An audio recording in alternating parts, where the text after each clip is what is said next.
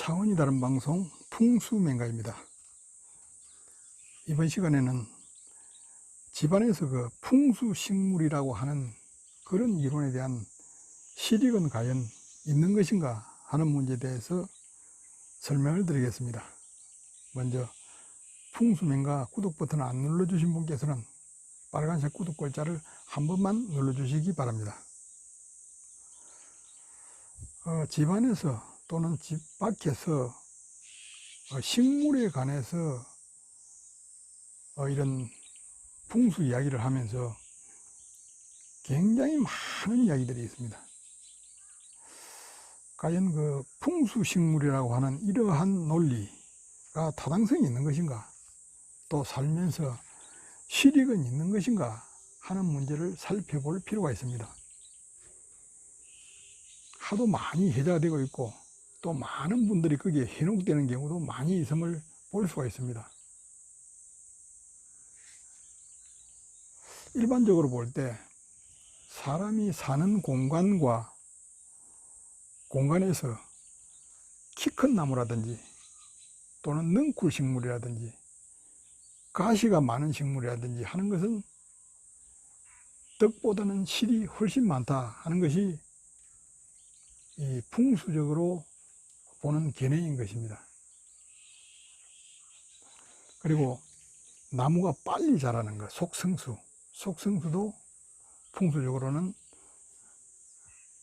집 가까이에서는 좋지 않다 하는 것들이 일반적인 이론입니다.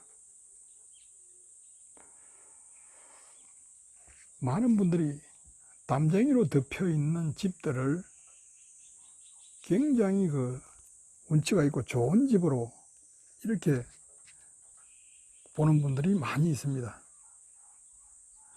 그러나 현실적으로 담쟁이가 덮은 집은 절대로 좋은 집이 될 수가 없는 것입니다.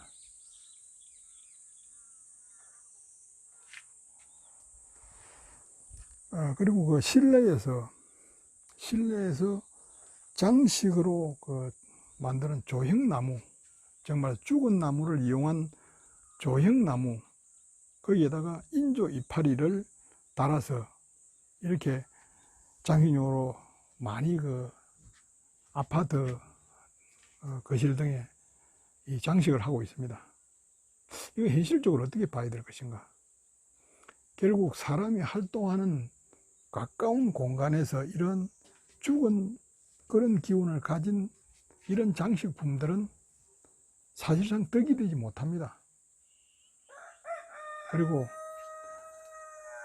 인조 이파리를 많이 달면은 먼지가 그곳에 많이 가라앉기 때문에 청소를 하는데도 굉장히 어려움이 많습니다.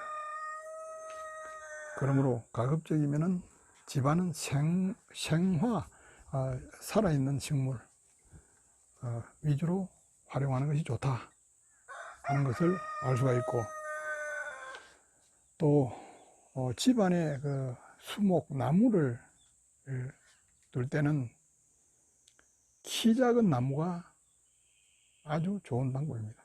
키 큰 나무는, 또 성장이 빠른 나무는 절대로 좋지가 못합니다. 대표적으로 다육이를 집안에서 키우는 것은 상당히 좋은 방법의 하나라고 할 수 있습니다. 특히 높은 곳에서 달아서 아래로 늘어뜨리는 그러한 등굴류의 식물은 보기는 좋은 것 같아도 굉장히 좋지가 않습니다.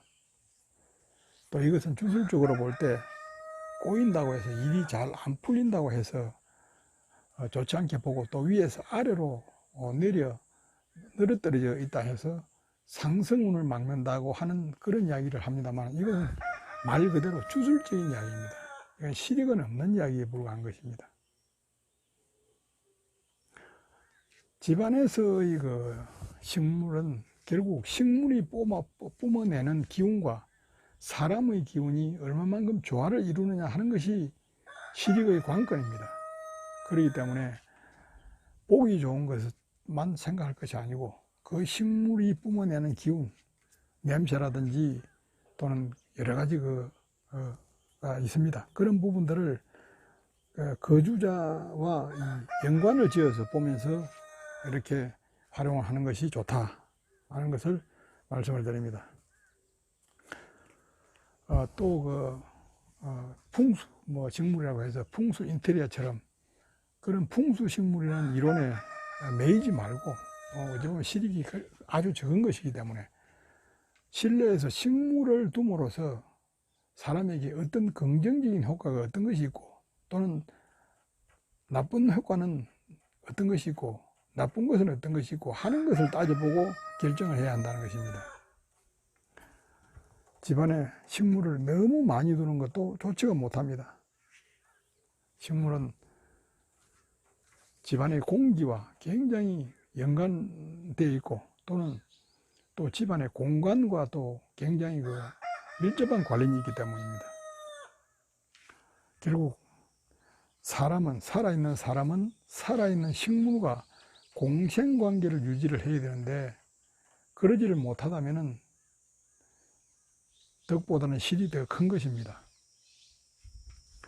특히 실내에 인공정원이라든지 또는 물이 저장된 공간이 많은 그러한 것은 보기는 좋을지 몰라도 결국은 장기적으로 보면은 실이 많은 그러한 대표적인 것입니다.